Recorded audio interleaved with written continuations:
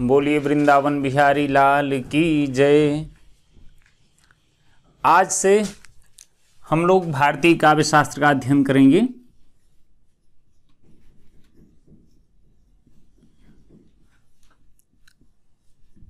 काव्य शास्त्र के बैच के प्रारंभ में जैसा आप जानते हैं कि काव्य शास्त्र के दो भाग हैं कि काव्य शास्त्र का जन्म ही भारत से होता है, भारतीय साहित्य से होता है, संस्कृत की परंपरा से होता है कि हमारा जो काव्य शास्त्र का विधान है वह विश्व में अद्भुत है, अकल्पनीय है। एक विशाल साहित्य राशि का संचय इस साहित्य में है। तो काव्य शास्त्र में कि भारतीय काव्य शास्त्र के अनुकरण पर जब एक देश से दूसरे देशों से व्यापार शुरू हुआ, क्योंकि आज तो तीव्र वायुयान हैं जो कि समय की दूरी को बहुत कम कर दे रहे हैं, लेकिन जब नौकायन से व्यापार होता था, आवागमन होता था नौका के माध्यम से, तब भी एक देश के ग्रंथ दूसरे, एक देश की विद्याएं दूसरे देश में जाती थी। तो भारतीय विद्या भी देश देशांतर में गई किसी न किसी रूप में कि अनेकानेक ग्रंथों पर, अनेकानेक संस्कृतियों पर, अनेकानेक कवियों पर भारतीय काव्य शास्त्र का प्रभाव पड़ा। तो उस काव्य शास्त्र में हम लोग आगे चल करके थोड़ा सा पार्ट हमारे परीक्षा की दृष्टि से पाश्चात्य काव्य शास्त्र का भी पूछा जाता है, जिसे हम लोग क्रम से भारतीय काव्य शास्त्र के बाद उसका अध्ययन करेंगे। क्योंकि पाश्चात्य काव्य शास्त्र विशेषकर यूजीसी में काफी इसकी महत्ता है। जो असिस्टेंट प्रोफेसर आज की गवर्नमेंट डिग्री कॉलेज की भर्ती होती है,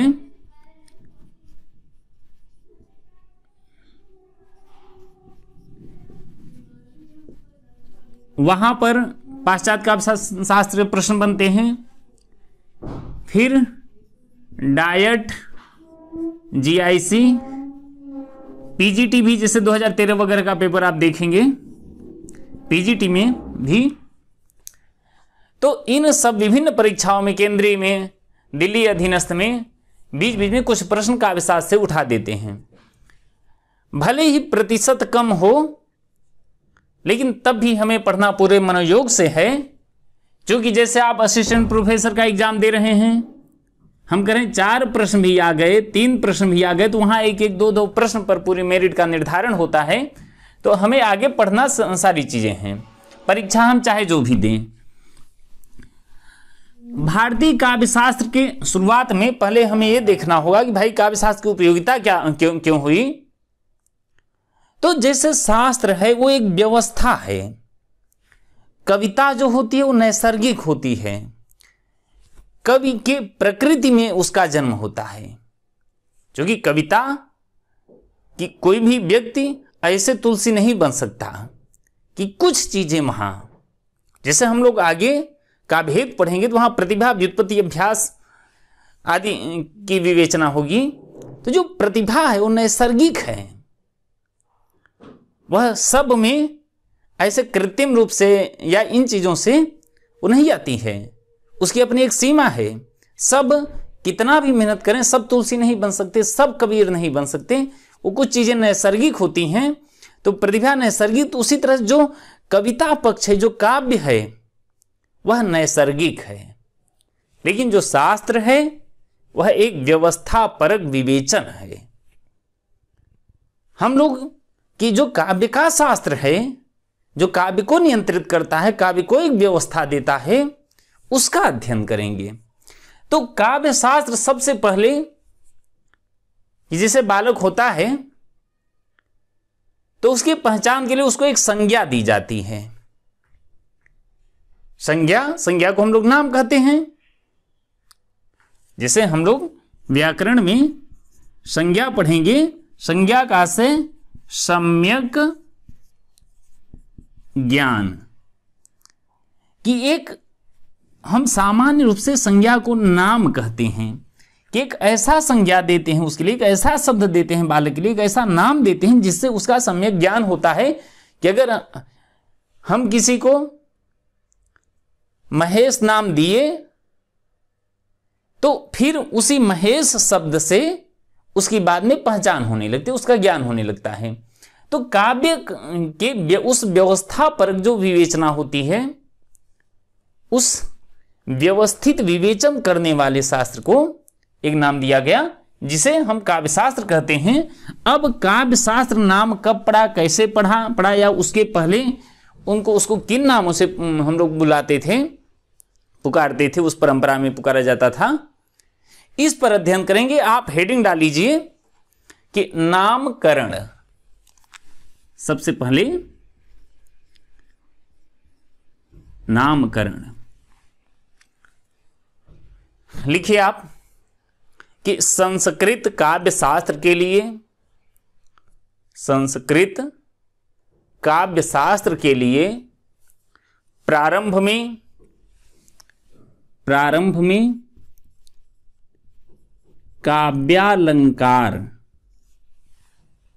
काव्यालंकार शब्द का प्रयोग अधिक प्रचलित था। काव्यालंकार शब्द का प्रयोग अधिक प्रचलित था। जैसे काव्यालंकार, जैसे वामन ने कहा सौंदर्यम अलंकार, कि अलंकार जो है वो सौंदर्य है, अर्थात कि उस काव्य के सौंदर्य के लिए जो काव्यालंकार की एक परंपरा चली, अर्थात काव्य शास्त्र की जगह जो शुरुआती आचार्य थे वो काव्यालंकार शब्द का ही प्रयोग करते थे। यहां तक कि भामाद ने तो ग्रंथ का ही नाम जो है भामह रुद्रदाद ने काव्यालंकार रख दिया। आगे लिखे कि आचार्य भरत के परवर्ती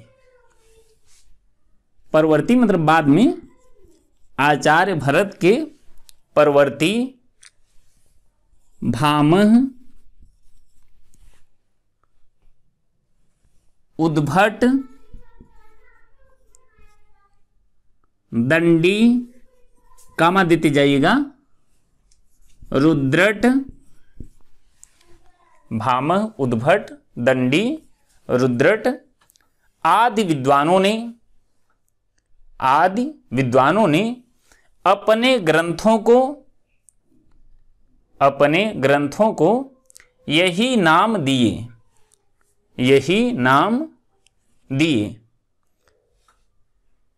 जबकि वे मूलतः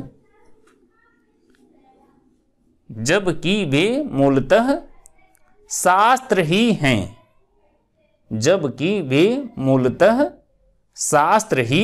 हैं, जैसे अगर भामह या रुद्रट अगर ये लोग काव्यालंकार देते हैं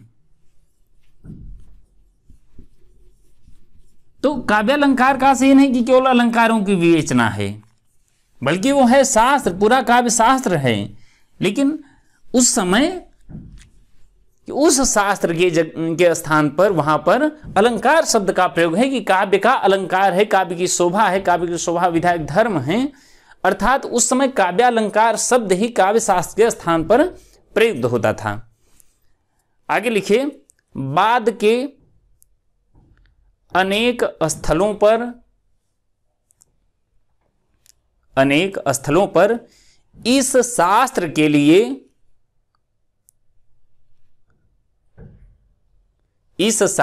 लिए काव्यालंकार के स्थान पर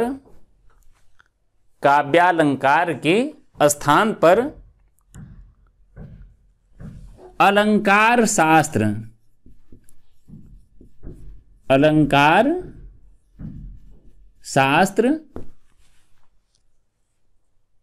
नाम का प्रयोग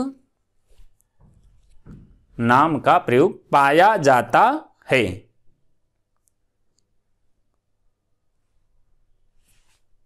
अर्थात आप ये समझिए कि जैसे हम लोग कहते हैं कि अगर काव्य शास्त्र का अध्ययन कर रहे हैं तो उस समय कहते कि वह व्यक्ति अलंकार शास्त्र का अध्ययन कर रहा है। अर्थात काव्य शास्त्र की जगह जैसे पहले काव्यालंकार का प्रयोग होता था तो उसी शब्द के स्थान पर, काव्य शास्त्र के स्थान पर ही बाद में काव्यालंकार के बजाय अलंकार शास्त्र का प्रयोग होने लगा। आगे लिखिए, इसी प्रकार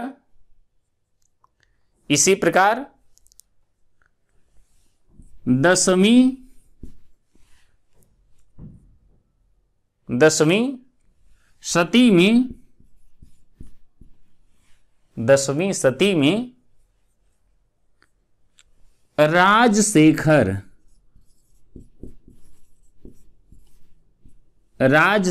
ने काव्य मीमांसा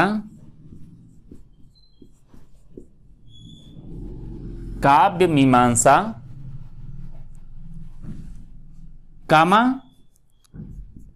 11वीं सदी में रुय्यक ने साहित्य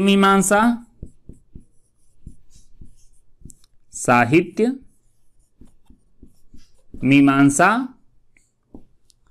कामा अलंकार सर्वस्व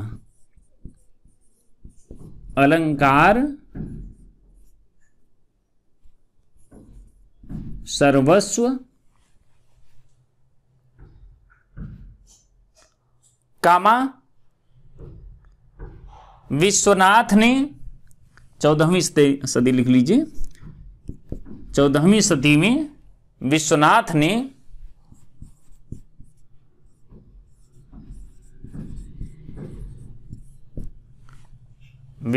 ने साहित्य दर्पण, बहुत ही महत्वपूर्ण जो है ग्रंथ है, विश्वनाथ ने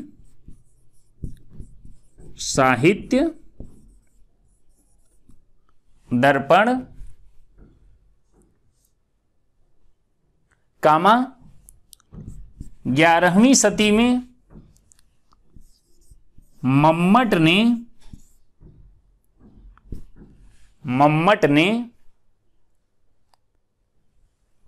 काव्य प्रकाश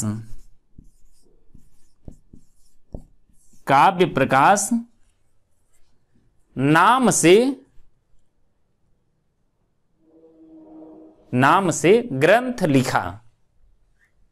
से ग्रंथ लिखा।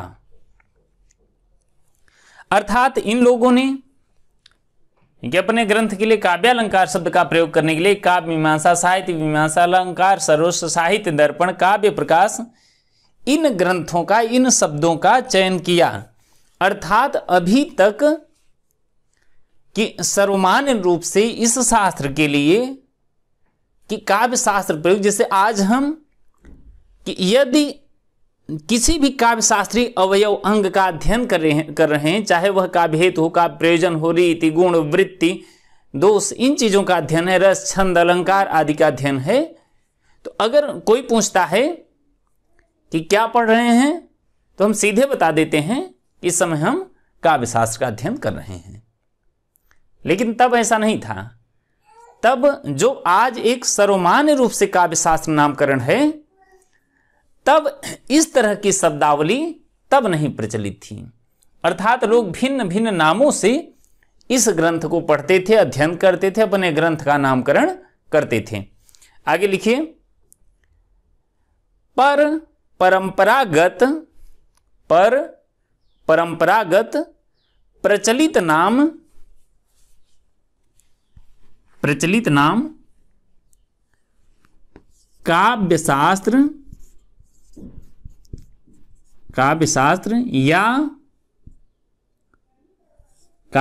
या साहित्य शास्त्र ही रहा।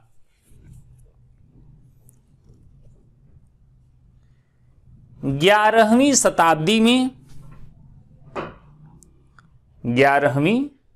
शताब्दी में भोजदेव ने, इन्हीं को भोजराज या भोजदेव कहते हैं, भोजदेव ने अपने ग्रंथ का नाम,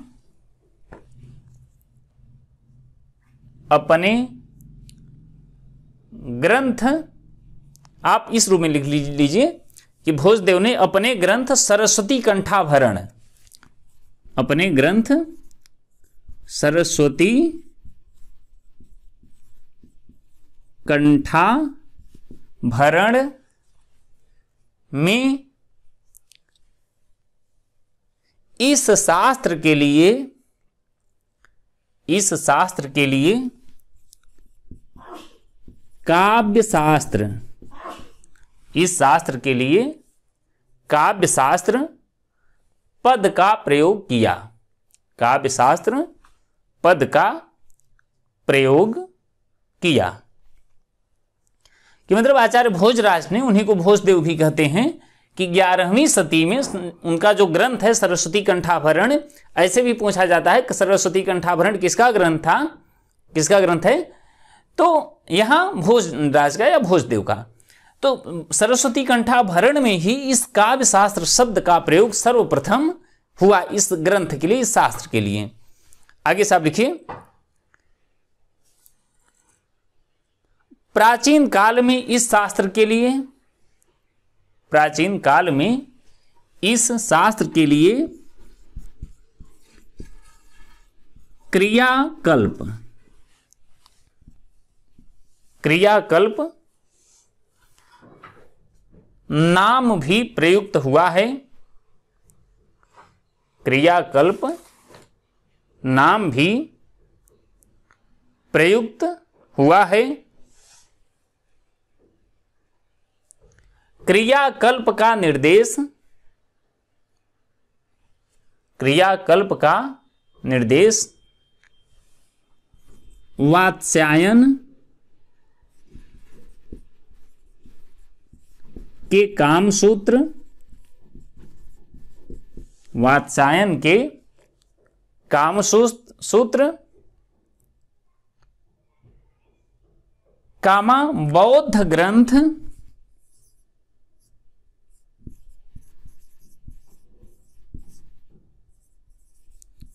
बौद्ध ग्रंथ ललित विस्तर,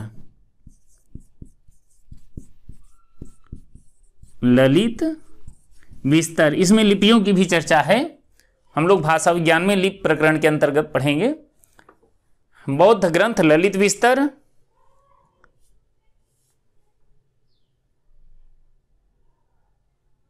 कामा वाल्मीकि रामायण, वाल्मीकि रामायण के उत्तरकांड, वाल्मीकि रामायण के उत्तरकांड में मिलता है, उत्तरकांड में मिलता है।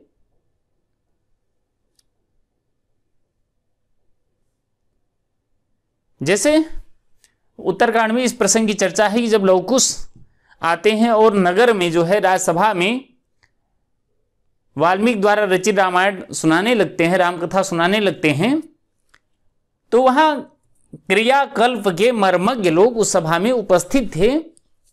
उसी प्रकरण में क्रियाकल्प शब्द का जिक्र है, कि अर्थात जैसे वात्स्यायन में क्रियाकल्प का जिक्र है, बौद्ध ग्रंथ ललित विस्तर में, जैसे त्रिपिटक ललित विस्तरे बौद्ध ग्रंथ हैं, कि बौद्ध ग्रंथ ललित विस्तर में इसका जिक्र है, वाल्मीकि रामायण के उत्तरकांड में इसका जिक्र है, कि यह क्रियाकल्प जो है कि प्राचीनता के दृष्टि से काव्य शास्त्र में प्रयुक्त सभी शब्दों से प्राचीन है। अर्थात काव्य शास्त्र के लिए अगर उस समय जिन भी शब्दों का प्रयोग हुआ तो इससे प्राचीन शब्द कोई नहीं है। तो ये क्रियाकल्प आप समझिए, ये सबसे प्राचीन तब शब्द है। लिखे कि क्रियाकल्प का पूरा नाम, क्रियाकल्प का पूरा नाम काव्य क्रियाकल्प, काव्य क्रियाकल्प है। जैसे काव्य क्रिया, जैसे शल्य क्रिया होती है। अब शल्य क्रिया क्या है? जो उसका मर्मज्ञ है वह शल्य क्रिया कर सकता है। तो जो काव्य का मर्मज्ञ है कि वह कि गुण दोष रीति वृत्ति रस छंद अलंकार काव्य का प्रयोजन विभिन्न संप्रदाय, जो काव्य शास्त्रीय संप्रदाय है उनका जो ज्ञाता है, वह काव्य क्रिया कर सकता है। तो ये काव्य जो है कि क्रियाकल्प ये शब्द जो है कि काव्य शास्त्र में प्रयुक्त सभी नामों में सर्वथा प्राचीन है। नेक्स्ट आप एरो बनाकर लिख लीजिए अगला पॉइंट। काव्य के लिए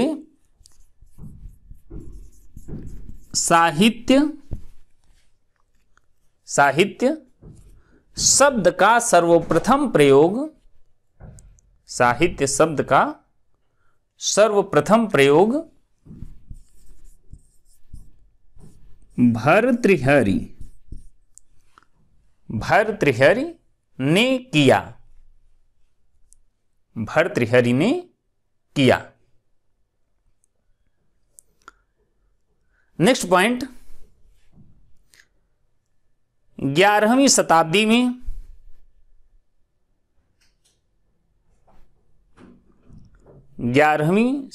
में राजशेखर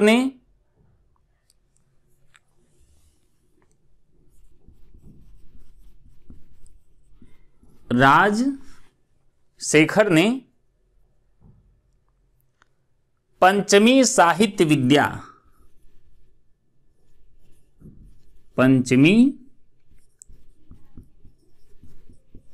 साहित्य विद्या इति यायार्वयः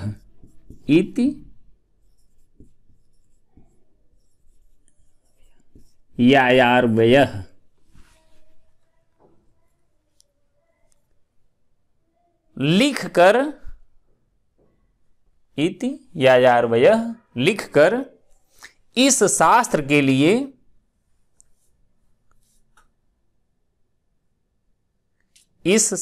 लिए साहित्य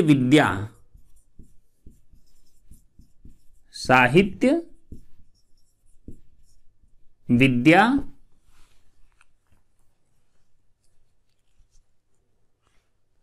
नाम का निर्देश किया, साहित्य विद्या नाम का निर्देश किया।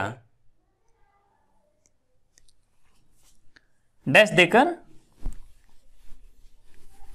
लिख लीजिए कि शब्दार्थ, राजशेखर का ही कथन है, शब्दार्थ योर यथावत इति योर यथावत सहभावेन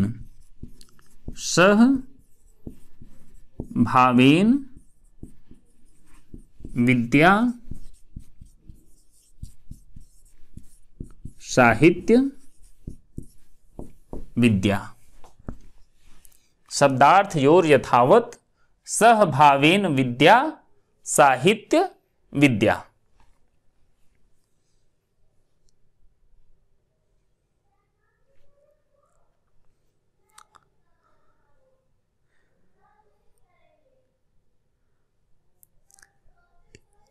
अर्थात कि अब तक में हम लोगों को जो नाम मिले कि एक तो सबसे प्राचीनतम शब्द कि क्रियाकल्प है, उससे प्राचीन काव्यशास्त्र के लिए कोई शब्द नहीं है। उसके बाद काव्यालंकार का प्रयोग होता है। फिर विभिन्न विद्वानों ने अपने ग्रंथ का नाम कि काव्य प्रकाश, काव्य मीमांसा, साहित्य दर्पण इस नाम से रखा।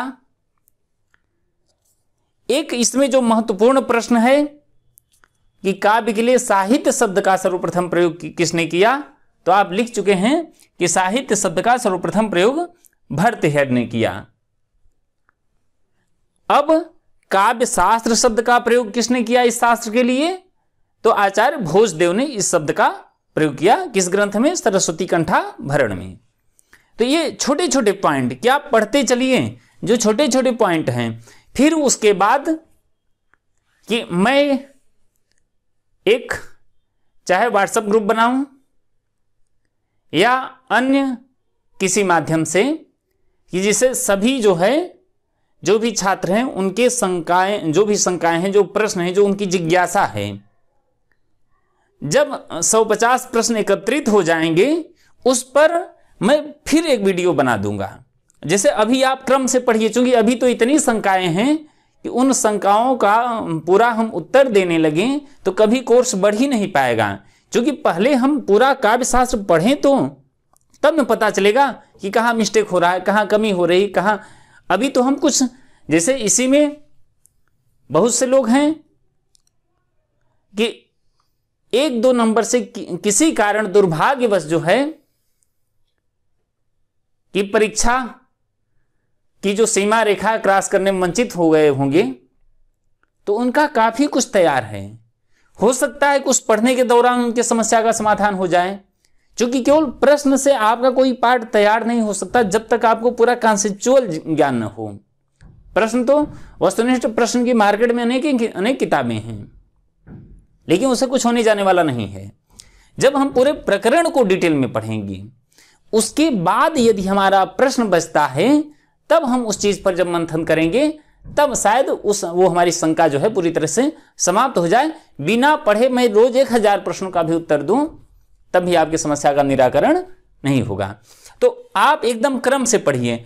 ऑनलाइन की जो समस्या है कि कभी नेट की दिक्कत, कभी लाइट की दिक्कत जो है, कभी नेटवर्क की समस्या जो है, कि विभिन्न प्रकार की दिक्कतें, तो आपका एक भी मिनट जो है वेस्ट न हो परीक्षा को देखते हुए कि मुझे भले एक्स्ट्रा वीडियो बनाने पड़े आपके प्रश्नों के समाधान के लिए, लेकिन आपके एक एक शंका का भरपूर समाधान होगा।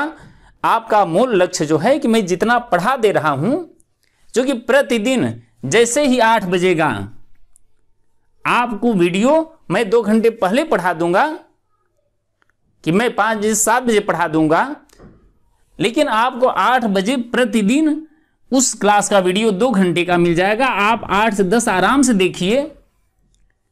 किसी कारणवश कि आप कहीं बिजी हैं, कहीं रूट में हैं, कहीं यात्रा में हैं, नेटवर्क नहीं है, तो ये वीडियो आपका 24 घंटे तक बना रहेगा, किसी रूम में डिलीट नहीं होगा। 24 घंटे में आप 1 बार 2 बार देख लीजिए, जहां आपका छूटा हो उसको पूरा कर लीजिए, क्योंकि 24 घंटे बाद वो स्वतः डिलीट हो जाएगा। तो आप जो है कि पूरे कॉपी कलम के साथ, ये नहीं कि हमारे मोबाइल से वो डिलीट हो जाएगा। और जब तक आप कॉपी कलम नहीं उठाएंगे, तो ये ब्रह्म वाक्य बोल रहा हूं मैं, आज तक व्हाट्सएप से किसी कोई परीक्षा नहीं निकला है, या डिजिटल रूप में। क्योंकि आप कॉपी में 1 बार पढ़ते हैं, 2 बार पढ़ते हैं, 4 बार पढ़ते हैं, तो आपको इतना तक ज्ञान हो जाता है कि ये प्रकरण, ये प्रश्न जो पूछा जा रहा है, ये शुरू में है कॉपी में कि अंत में है। यहाँ तक कभी कभी तो इतना तक कि ये ऊपर की ही पंक्ति में मैंने लिखा है, ध्यान भले नहीं आ रहा है, लेकिन प्रश्न करीब करीब आंकड़ा मिल जाता है कि ये ऊपर लिखा है, नीचे लिखा है, किस शुरू में लिखा है, अंत में लिखा है। आप बार बार वहीं उसको ट्रेस करते हैं। व्हाट्सएप में इतनी चीजें आती हैं, इतने प्रश्न आते हैं। अब ऐसे तो डिजिटल में सब कुछ है, ये सारा संसार है, लेकिन उससे किसी परीक्षा नहीं निकल सकती। तो आप पूरा फोकस कि किसी भी रूम में आपको मैटर से मतलब है कि पूरी 100% आपको सामग्री जो परीक्षा की दृष्टि से, हिंदी का 100% नहीं मिलेगा, हिंदी अथाह है, 100 जन पढ़ेंगे तब हिंदी पूरा नहीं पढ़ सकते हैं। लेकिन जो हम जिस परीक्षा को टारगेट कर रहे हैं कि टीजीटी, पीजीटी, असिस्टेंट प्रोफेसर, उस दृष्टि से कि आपको पूरी सामग्री मिल जाएगी, पूरे प्रश्नों का रिवीजन करा दिया जाएगा। आगे आप लिखिए कि पहली बात तो आप ये देख लीजिए कि जो ये काव्यशास्त्रीय अंग हैं, तो उन काव्यशास्त्रीय अंगों का किस रूप में विकास होता है, कैसे कैसे वो हमारे पास तक आते हैं, इसके बारे में भी अनेक धारणाएं प्रचलित हैं। लेकिन इसमें जो राजशेखर ने अपनी जो धारणा प्रस्तुत की है काफी महत्वपूर्ण है। वहां से प्रश्न एक आध बार पूछे गए हैं, तो आप उसको जो है लिख लीजिए। आप लिखिए कि काव्यशास्त्र का उद्गम, काव्यशास्त्र का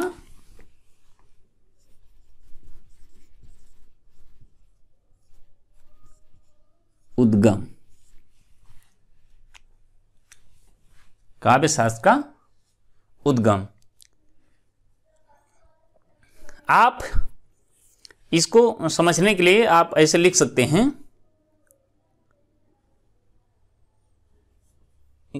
कि, या आप इस ऐसे समझिए कि जो काव्य शास्त्र है, काव्य शास्त्र की जो शुरुआत है, तो विभिन्न ग्रंथों की तरह काव्य शास्त्र की भी शुरुआत शिव से होती है। शिव ने ब्रह्मा आदि को काव्य शास्त्र का उपदेश दिया। ब्रह्मा से यह काव्य पुरुष को ये उपदेश, मतलब सरस्वती पुत्र माने जाते हैं काव्य पुरुष, सरस्वती पुत्र। अब काव्य पुरुष के द्वारा इंद्र आदि 18 शिष्य,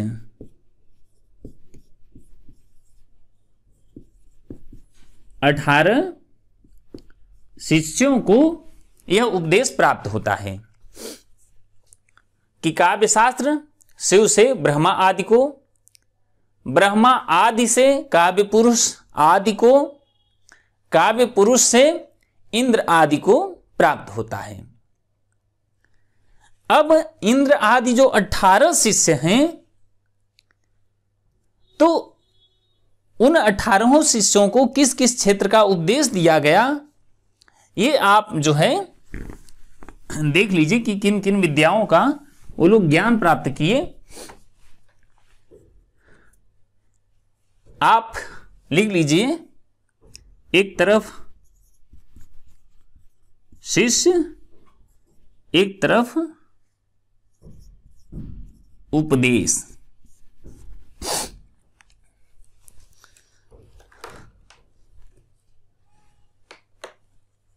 शिष्य में लिखिए उक्ति गर्भ। जो 18 शिष्य हैं, तो यहां आप लिख लीजिए उक्ति विषयक उपदेश। पहली बात आप ये समझिए, जो मैंने कहा कि शिव से ही समस्त विद्याओं की शुरुआत होती है, क्योंकि शिव आदि देवता हैं। जैसे हम व्याकरण पढ़ते हैं, तो व्याकरण की भी शुरुआत शिव से होती है। जो व्याकरण का मूल है माहेश्वर सूत्र। माहेश्वर सूत्र जिसकी संख्या इतनी है ना, तो संसार में 14 प्रकार की विद्याएं होती हैं, और वह समस्त विद्याओं की कुंजी है। उसमें 14 सूत्र हैं, जो हम लोग व्याकरण प्रकरण के अंतर्गत व्याकरण में उसका डिटेल अध्ययन करेंगे, जिसको आप पढ़ते हैं 14 सूत्र। आई ओडर रिलरिक हैवरड लड़ यमंगड़दम झबगड़दस जबगड़दस खपछड़ चढ़तो को बैसक्सर हल। हम लोग उसको भले ही अलग अलग तरीके से पढ़ें, एक एक अक्षर अलग करके पढ़ें, लेकिन जो उसकी ध्वनि है कि शिव का डमरू बजता है, वहां डमरू की जैसे ध्वनि होती है, कंक्रीट जैसे बिल्कुल खड़खड़ की ध्वनि। डमरू देखे हैं ना योगी लोग, जो है गांव वगैरह में या शिव मंदिरों में देखे होंगे। तो जो डमरू की का निनाद होता है, यमंगड़दम जबगड़दस जबगड़दस जबगड़दस जबगड़दस, इस तरह से उसकी ध्वनि है। तो शिव के डमरू से जो 14 सूत्र मिले, वो व्याकरण के मूलाधार बने। यदि हम नाट्य शास्त्र देखते हैं, नृत्य देखते हैं, तो आदि नट भी शिव ही हैं। आदि जो रसाचार्य हैं, वह भी शिव ही माने जाते हैं। यदि हम मानस देखते हैं, तो मानस की जो आदि वक्ता हैं, रचि महेश मानस, जैसे रामचरित मानस में 4 श्रोता वक्ता गण हैं, उसमें जो आदि वक्ता हैं कि रचि महेश महेश अर्थात शिव महाधनीश निज मानस राखा, कि अर्थात महेश ने उस रामचरितमानस की रचना करके अपने मन मानस में रखा था, लेकिन अभी तक कहा नहीं। कहा किससे? पाई सुसमय, अच्छा समय पाकर, शिवासन भाखा, कि यदि आपके पास शिव जैसा ज्ञान भी है, उस ज्ञान को पाकर आप उफनाइए मत, कि अगर कोई चीज ज्ञान आपको ज्ञात होगी तो आज वह ज्ञान किसी न किसी को ट्रांसफर करना ही है।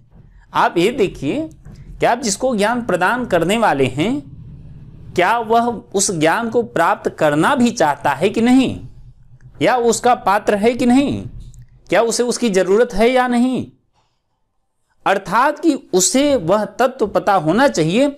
यदि मैं यहां पढ़ा रहा हूं, आप लोगों को काव्यशास्त्र की शुरुआत कर रहा हूं, तो भले ही हमारी मजबूरी है कि हम भरत भामन दंडी वामन उद्भव रुद्रट आदि की गहन व्याख्या यहां नहीं कर सकते, क्योंकि उतनी आपको जरूरत अभी नहीं है, भले ही उसको बहुत सहज शब्दों में हम लोग कहें, लेकिन फिर भी इतना तो है कि हम एक उसके सहज रूप को ही, एक परिचयात्मक रूप को ही प्रस्तुत करने जा रहे हैं। तब भी इतना है कि जो सुन रहे हैं वह साहित्य साधक हैं, साहित्य चिंतक है, मनीषी हैं, वह सरस्वती के उपासक हैं, उस विद्या को, उस भाव को समझने वाले हैं। प्रसाद पर इतनी टिप्पणियां हुई उनके क्लिष्टता को लेकर, उनके लेखन के स्तर को लेकर के, लेकिन उन्होंने स्पष्ट कहा कि मैं अपने ग्रंथ की सर्जना बनारस के खोमचे वालों के लिए नहीं किया हूं। अर्थात उसको विज्ञजन, विद्वज्जन समझें, जो कि सबके लिखने का, सबके सुनने का, जो ऑटो वाले, टेम्पो वाले, पान की गुमटी वाले, ये सब क्या सुनेंगे कि उनका अपना दायरा है, कि उनके लिए जो भोजपुरी भी सुनेंगे तो भिखारी ठाकुर के गीत नहीं सुनेंगे, उनके गायकों की अगर टेम्पो में आप सुनेंगे तो आप समझ सकते हैं कि वह किन गायकों के गाने को सुन सकते हैं या क्या वो लगा सकते हैं। तो सबका अपना एक दायरा हो। शिव जी ने कि उस मानस की रचना तो की थी, लेकिन सुनाया तब जब उसका उचित श्रोता मिला, अर्थात पाई सुसमय शिवासन भाखा, पार्वती को सुनाया। अब कि किसी भी विद्या में, जैसे हम छंद शास्त्र सुनते हैं, तो छंद प्रकरण में हम चर्चा करेंगे कि शिव से ही छंद शास्त्र का ज्ञान इंद्र को, बृहस्पति को, कैतव शैतव यास को होते हुए तब वह धारा जो है आचार्य पिंगल तक आती है। इधर के ज्ञात काव्य शास्त्रों में पिंगल का ही नाम प्रसिद्ध है, इसीलिए हम छंद शास्त्र को पिंगल शास्त्र कहते हैं। लेकिन पिंगल तक आने के क्रम में वो शिव से ही वह विद्या आती है कि आप किसी भी आदि विद्या, जैसे हम लोग नाथ संप्रदाय पढ़ते हैं, तो इसके जो आदि गुरु थे वो आदिनाथ थे, जो आदि अवधूत थे। नाथ के लिए अवधूत मूल शब्द का प्रयोग जो है, इसके लिए कि नाथ पंथी अपने को अवधूत मानते हैं। तो जो आदि अवधूत का आशय, क्या आप रहीम के इस दोहे समझ सकते हैं कि जहां पर सुख, जैसे है संस्कृत में सुख दुखे समय कृत्वा लाभा लाभ हो जाए जय, तो अवधूत के लिए कि चाह नहीं, चिंता नहीं, मनवा बेपरवाह, जाको कछु न चाहिए वाही साहंसाह, कि सबसे बड़ा साहंसाह, सबसे बड़ा राजा, सबसे बड़ा धनी वह है जिसको कुछ नहीं चाहिए। तो यह अवधूत वृत्ति शिव की थी कि उनके लिए कि वो श्मशान घाट में भी हैं, और यहां तक कि आप देखेंगे कि उनके लिए कोई उपेक्षित भी नहीं है। संसार में सबके लिए जो भी उपेक्षित हों, लेकिन शिव ने सबको स्वीकार किया, चाहे वो भूत प्रेत आदि ही क्यों न रहे हों। अमृत मंथन में सब अमृत की तरफ दौड़े, लेकिन शिव ने विष को अंगीकार किया। दूसरे के हिस्से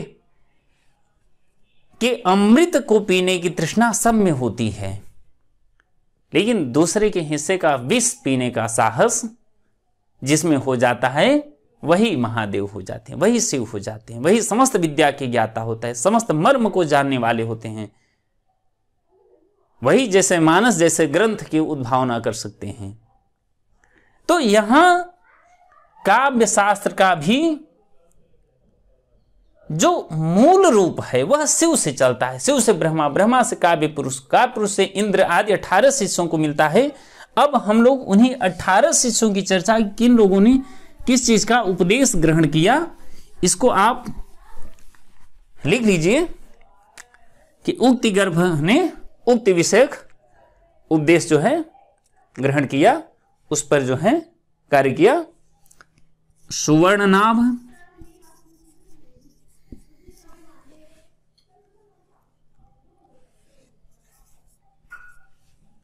सुवर्णनाभ,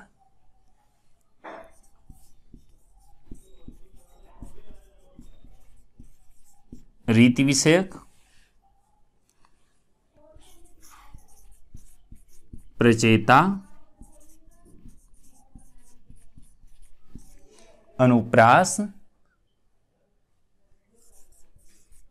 यमक, यमक संबंधी उपदेश, मतलब रीति विषय उपदेश, अनुप्रास विषय उपदेश, यमक संबंधी उपदेश, इसको ऐसे देखिएगा। चित्रांगद,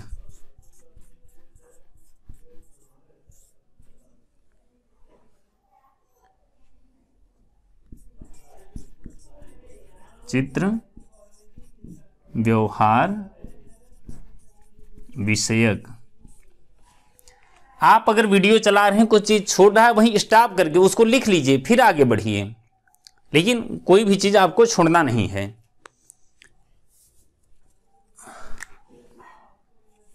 आगे इसी तरह से आप नीचे से जो है लिखते जाइए कि शेष शब्द श्लेष,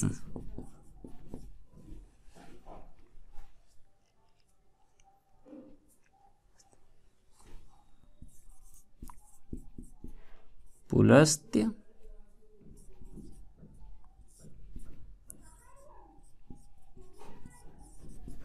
वास्तव। वास्तव हम लोग जैसे स्वभावोक्ति अलंकार भी पढ़ते हैं, वास्तव भी अलंकार होता है।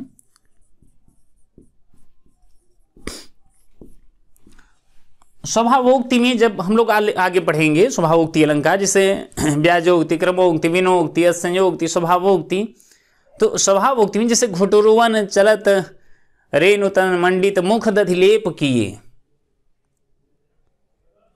अब मुख दधिलेप की जो बच्चों की नैसर्गिक जो स्थिति होती है, जैसे आप देखते हैं कौशल्या राम के पीछे जाते हैं, राम भागते जाते हैं, कौशल्या जब बोलन जाई, ठुमुकी प्रभु चले ऊपर आई। तो जहां किसी प्रकार बनावट न हो, वह जो कार्य है, वह जो दृश्य है, वह घटना जो है, वह जो प्रकृति है, जैसे कि कृष्ण के बाल क्रीड़ा में जो सूरदास जी लिखते हैं, कृष्ण के बिल्कुल जीवंत वर्णन जो है, सजीव वर्णन जो है, चाहे वो माखन चोरी क्या हो, या जो उनकी बाल क्रीड़ाएं, बाल लीलाएं, वह एक बाल सुलभ चेष्टा से पूछते हैं। यशोदा कहती हैं कि दूध पी लो कान्हा, तुम्हारी भी चोटी बड़ी हो जाएंगी बलदाऊ की तरह। दूध पिए, आधी गिलास दूध पिए, तुरंत पूछ बैठते हैं मैया कब ही बढ़ेगी चोटी, कितनी बार मुहि दूध पियत भैया जहूं है छोटी। कि चोटी, अब उन्हें लगता है कि हम दूध पी रहे हैं, एक ही दिन में हमारी चोटी बड़ी हो जाएगी। तो जो एक सहज वर्णन, स्वाभाविक वर्णन होता है, वही होता है स्वभावोक्ति जो है। पुलस्त ऋषि ने जो है कि यह काव्य पुरुष ने पुलस्त को जो है वास्तव जो है स्वभावोक्ति का उपदेश दिया था। नेक्स्ट जो है औपकायन।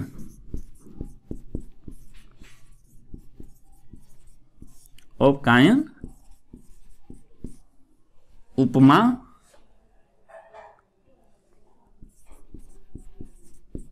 पराशर, अति, शयोक्ति, उतथ्य,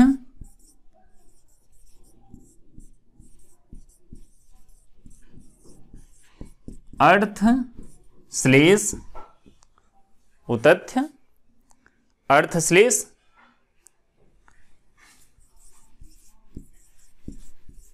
कुबेर,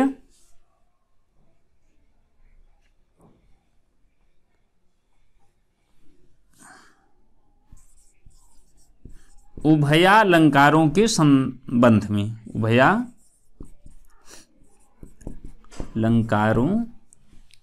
के संबंध में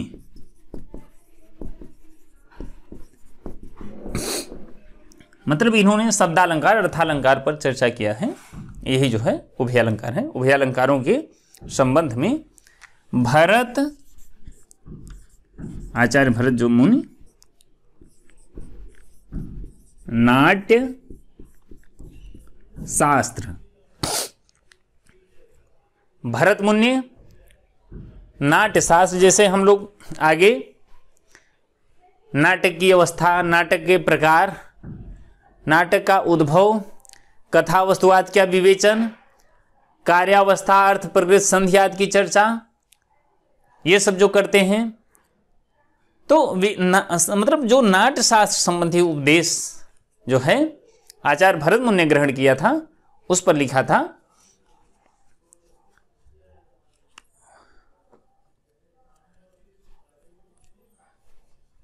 इधर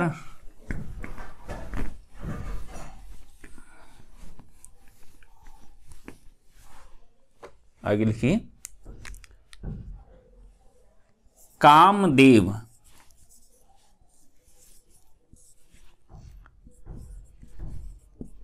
विनोद संबंधी ग्रंथ,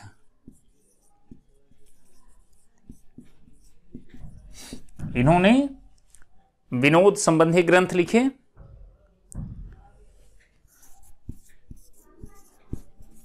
नंदिकेश्वर, इन्होंने रस संबंधी ग्रंथ लिखे। धीषण, धीषण जो है बृहस्पति को कहते हैं, जो देवताओं के गुरु माने जाते हैं।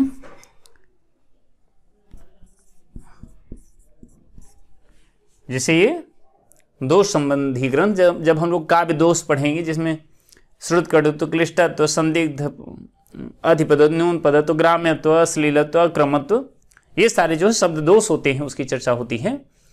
तो जो दोष के भेद होते हैं, मुख्यतः शब्द दोष, अर्थ दोष, रस दोष, इस रूप में फिर अनेक अनेक प्रकार से उनका डिवाइडेशन होता है। तो धीषण अर्थात बृहस्पति ने जो है दोष प्रकरण की चर्चा किया।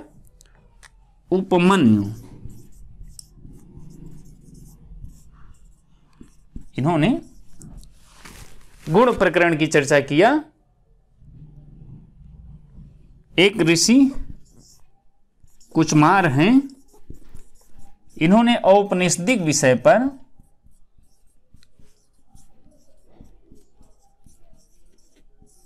औपनिषदिक विषय पर ग्रंथ लिखा। औपनिषदिक विषय पर ग्रंथ लिखा। आप काउंट करेंगे तो 18 हो गए होंगे। इस प्रकार जो है कि काव्य शास्त्र के अंगों का एक तरह से विस्तार पूर्वक जो है लेखन कार्य हुआ। अर्थात ये समस्त विद्याएं शिव से होती हुई ब्रह्मा, ब्रह्मा से काव्य पुरुष, काव्य पुरुष से ये 18 शिष्य जो है, इंद्रादि 18 शिष्यों को प्राप्त होती हैं। अब आप जो है काव्य शास्त्र की एक सामान्य परिभाषा लिख लीजिए, जो कि आपसे इंटरव्यू आदि में भी अगर सामान्य रूप से पूछ लेते हैं काव्य शास्त्र क्या है, तो आप अक्षरशः लिखे रहिए। मैं लिखाने पर इसलिए बल दे रहा हूं कि जिसे आप कॉपी में लिखे रहेंगे उसको जब भी आप रिवीजन करेंगे, रिपीट करेंगे, चूंकि अभी चीजें हो सकता है ध्यान रहें, 4 महीने बाद वो चीजें विस्मृत हो जाएं, लेकिन यदि आप लिखे रहते हैं तो चीजें सदैव आपके पास रहेंगी। और एक बार कक्षा में मन से पढ़ने के बाद यदि आप नोट्स बनाए लिखे हैं तो चीजें कभी डिलीट नहीं होती हैं, बीच में वही 2-4 महीने में उसका एक स्मरण करना पड़ता है। आप लिखिए कि जो शास्त्र, एरो बनाकर लिख लीजिए, जो शास्त्र काव्य के कर्ता को, काव्य के कर्ता को व्यवहार ज्ञान कराकर, व्यवहार ज्ञान कराकर जीवन की उपयोगिता की दृष्टि से, जीवन की उपयोगिता की दृष्टि से उसे अनुशासनात्मक आदेश भी देता है,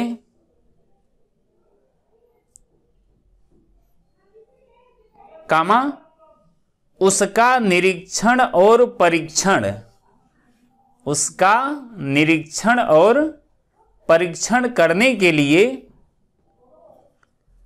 विशेष प्रकार के सिद्धांतों का, विशेष प्रकार के सिद्धांतों का नियमन भी करता है, विशेष प्रकार के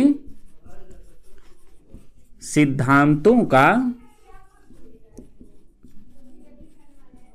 नियमन भी करता है, उसे काव्य शास्त्र कहते हैं, उसे काव्य शास्त्र कहते हैं। जैसे सिद्धांतों का नियमन, कि तुलसी अपना ग्रंथ लिख गए, कबीर अपना ग्रंथ लिख गए, सूरदास अपना ग्रंथ लिख गए, अब उस ग्रंथ की जो उपयोगिता है या वह ग्रंथ क्यों श्रेष्ठ है, उसमें क्या भाषाई दोष हैं, क्या गुण हैं, क्या अलंकार है, क्या काव्य दोष है, क्या रस दोष है, क्या शब्द दोष है, उसमें कैसी रीति है, कैसा गुण है, कैसी वृत्ति है, किस वह कवि किस संप्रदाय का अच्छा ज्ञाता है, कि वहां पर उस जो है कि ध्वनि, रीति, वक्रोक्ति, औचित्य, हर आधार पर उसे कसौटी पर कसा जाता है। यदि आज मानस की इतनी महत्ता है तो केवल भक्ति काव्य के कारण नहीं, कि उस समय जब हिंदी पर चतुर्दिक प्रहार किया जा रहा था, हिंदी को दोयम दर्जे की भाषा समझा जाता था, तब तुलसी ने ऐसा ग्रंथ लिखा कि इस तरह से घर घर में वह ग्रंथ छा गया कि एक तरह से हिंदी की आत्मा बना रहा। आप बाहर से नियम बनाते रहिए दिल्ली से, लेकिन जनता कि वहां अनपढ़ भी व्यक्ति है तो 10-20 चौपाइयां उसे कंठाग्र हैं। हर चौपाई पर वह उपदेश दे देता है कि नहीं असत्य संपातक पुंजा, पर ही सरिस धर्म नहीं भाई, परम धर्म श्रुति विदित हिंसा, सत्य समान धर्म नहीं दूजा। इस तरह का उद्बोधन जो है, क्या आप एक गांव गिराव रूरल क्षेत्रों में जो सिग्नेचर की जगह अपना अंगूठा लगा रहा है, वह व्यक्ति भी 10-20 चौपाइयां जानता है। तो जो काव्य शास्त्र है कि अर्थात उन्होंने जो ग्रंथ लिखा वह काव्य शास्त्रीय ढांचे पर भी, भाषाई ढांचे पर भी, अलंकारिक ढांचे पर, रस संबंधी ढांचे पर भी उत्कृष्ट है। कि जो काव्य शास्त्र है वह किसी ग्रंथ का जो है, उस ग्रंथ के लिए सिद्धांतों का नियमन करता है, फिर उस ग्रंथ को उन सिद्धांतों की कसौटी पर खड़ा किया जाता है, उसका परीक्षण किया जाता है, फिर उसे जाकर साहित्य जगत में महत्ता मिलती है। नेक्स्ट पॉइंट, आप एक परिभाषा बहुत महत्वपूर्ण है डॉक्टर रामचंद्र वर्मा की, उनका कथन है, डॉक्टर रामचंद्र वर्मा, आप लिख लिए, काव्य काव्य समाज की चित्त वृत्तियों का प्रतिबिंब है।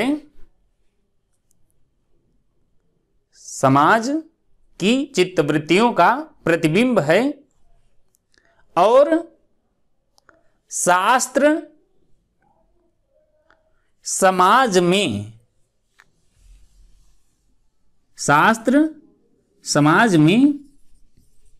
व्यवहृत सिद्धांतों का संकलन है। कि जो काव्य है वो चित्त वृत्तियों का प्रतिबिंब है, लेकिन जो शास्त्र है वो व्यवहारिक सिद्धांतों का संकलन है जो समाज में घटित होते हैं, जिनको जिया जाता है।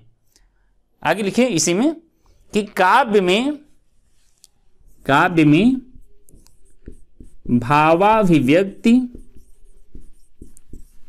भावाभिव्यक्ति होती है और शास्त्र में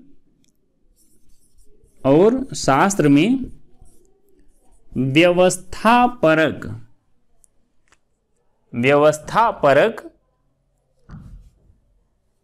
विवेचन होता है।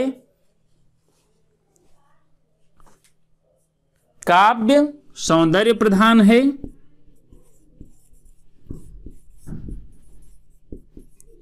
काव्य सौंदर्य प्रधान है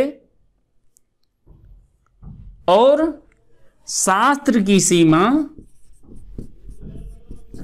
उपयोगिता है, और शास्त्र की सीमा उपयोगिता है। काव्य कवि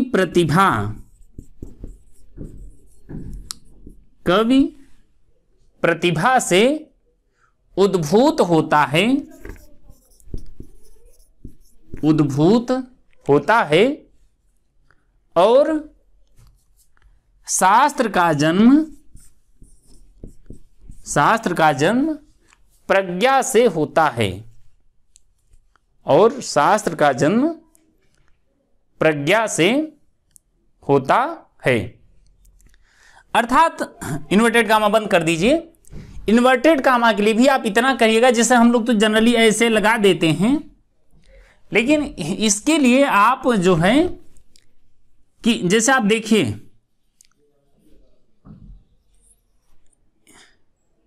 या तो आपको बड़ा दिखे, इसमें आप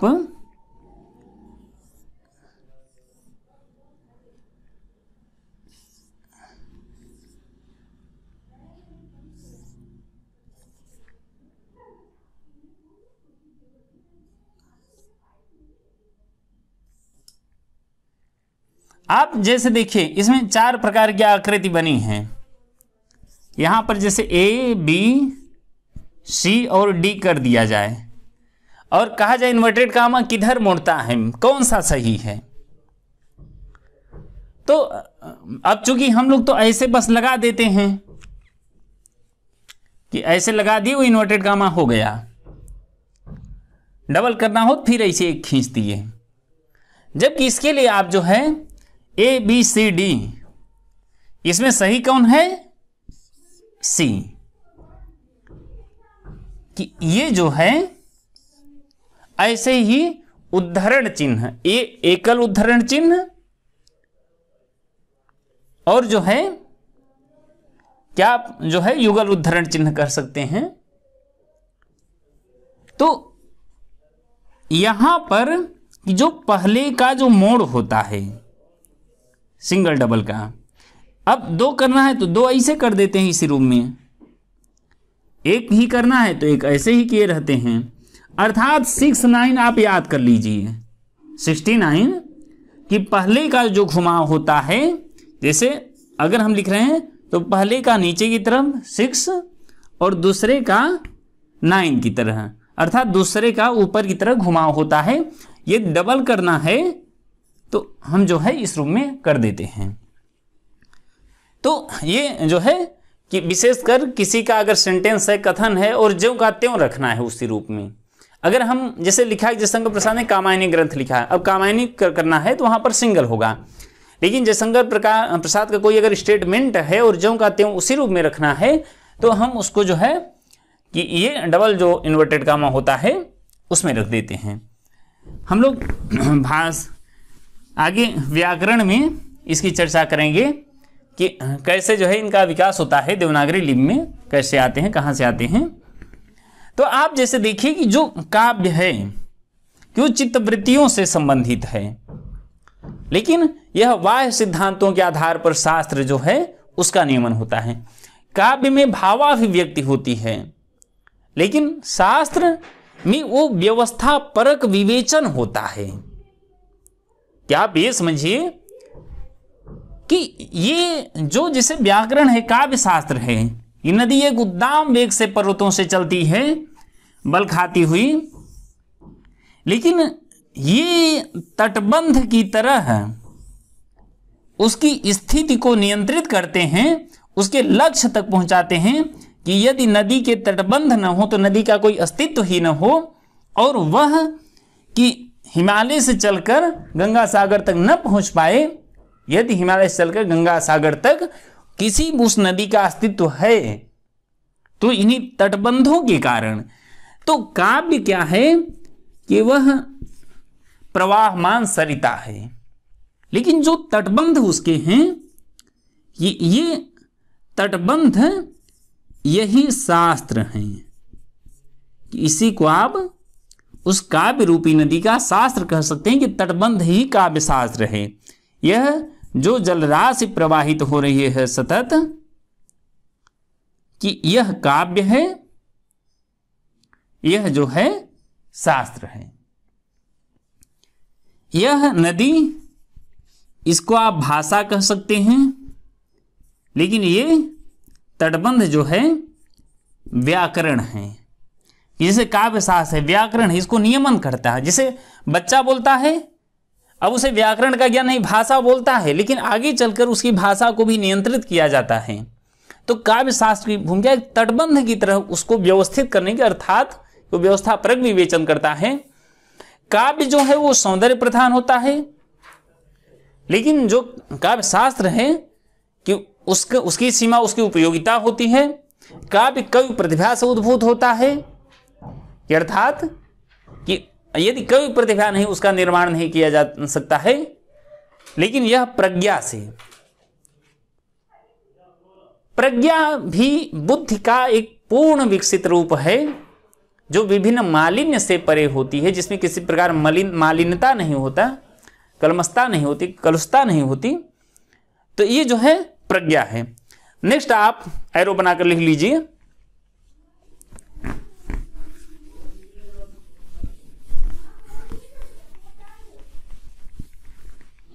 एक पैराग्राफ कि पश्चिम में काव्य शास्त्र के अर्थ रूप को, पश्चिम में काव्य शास्त्र के अर्थ रूप को अभिव्यक्त करने वाला प्राचीनतम शब्द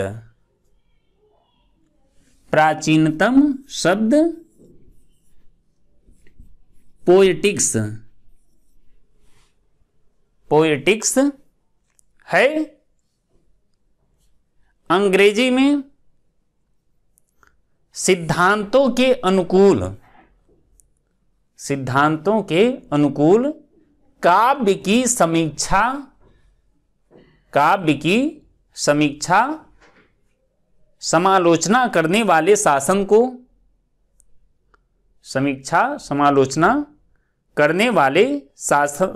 को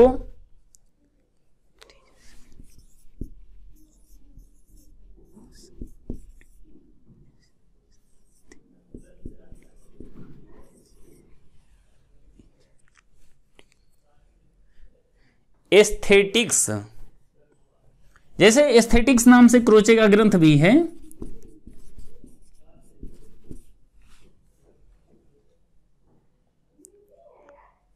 अनुकूल काव्य की समीक्षा समालोचना करने वाले शासन को एस्थेटिक्स कहा गया है,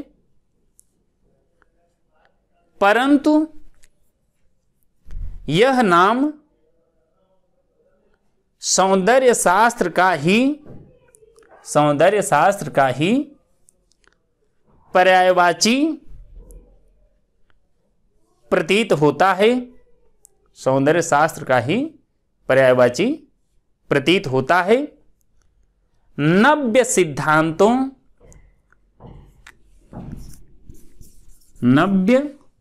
सिद्धांतों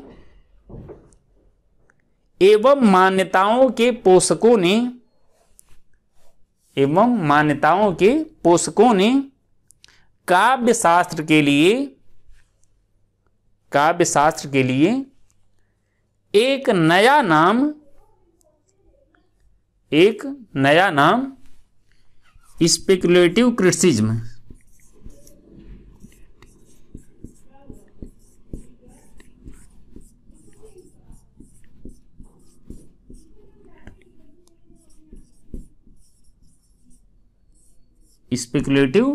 रिचर्ड्स का ग्रंथ भी इस नाम से है। स्पेकुलेटिव क्रिटिसिज्म गढ़ लिया है। काव्य शास्त्र के लिए एक नया नाम स्पेकुलेटिव क्रिटिसिज्म गढ़ लिया है। पैराग्राफ चेंज करके नीचे से लिखिए, वस्तुतः काव्य के स्वरूप का समग्रता से विवेचन और काव्य सौंदर्य की परीक्षा के लिए आधारभूत मौलिक सिद्धांतों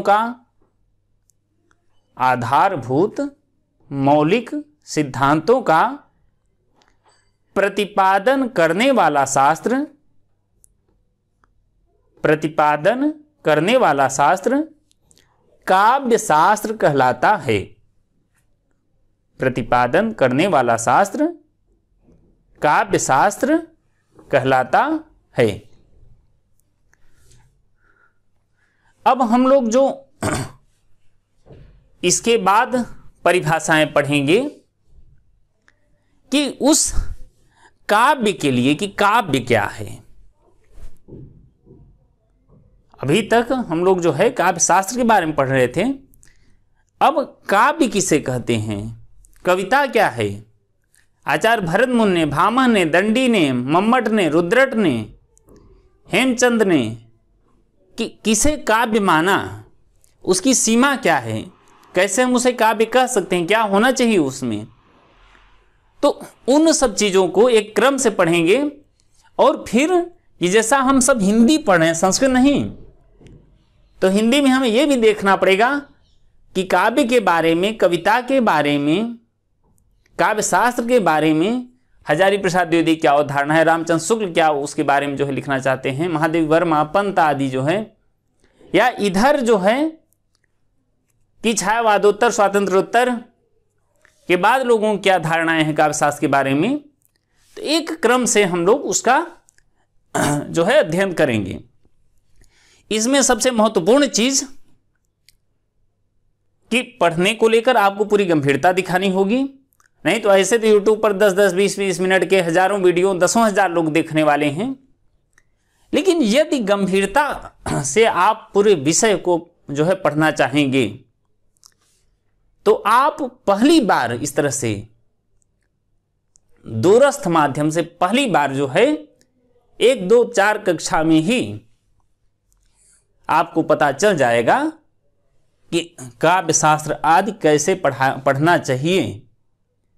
कि ये कोई 10-20 मिनट का कोई औपचारिक वीडियो नहीं है। आपको कि इस साधना में कि आप एक यज्ञ करें, एक ज्ञान यज्ञ है, इसका केवल एक उद्देश्य परीक्षा पास करने तक नहीं, कि यदि आप उस ज्ञान को प्राप्त कर गए तो वह पूरे जीवन आपके साथ रहेगा। तो आज की कक्षा बस यहीं से हम समापन कर रहे हैं। प्रतिदिन आपको 8 से 10 बजे ये कक्षा आपको कर लेना है। अगले दिन फिर कि आपकी क्लास किसी रूम में अवरुद्ध न हो, चाहे लाइट रहे या ना रहे, नेट की समस्या हो या चाहे जो भी हो, लेकिन 8 से 10 प्रतिदिन आपकी क्लास मिलेगी। आपके प्रश्न आदि के लिए आप उसमें अपने कमेंट करिए, प्रश्न करिए जो भी चीज़ें हों, और फिर अतिशीघ्र मैं एक जो है ग्रुप वगैरह बना करके टेलीग्राम आदि का, जिसमें जो है सारे लोग जुड़ जाएं, क्या जो भी हो अपने प्रश्न आप करें उसमें। पहली बात कि हो सकता है उसमें आप रोज पोस्ट न कर पाएं, आप अपने प्रश्न जो भी 10, 15, 20, 25 प्रश्न एकत्रित हों, आप उसको लिखे रहिए।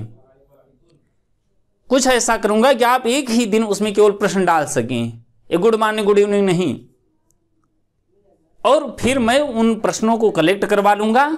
आपके एक एक प्रश्न का समाधान होगा। लाइव क्लास संभव हो या न संभव हो, लेकिन फिर भी आपके प्रश्न का समाधान आप तक पहुंचेगा। ये मेरा वचन मैंने पहले ही दिन कहा था कि कुछ भी हो ये, लेकिन ये क्लास चलनी है, हर हाल में चलनी है, और आपको आपके लक्ष्य तक जो है पहुंचना है, क्योंकि मेरी वाणी ही मेरा संकल्प है। तो इन्हीं शब्दों के साथ बोलिए वृंदावन बिहारी लाल की जय।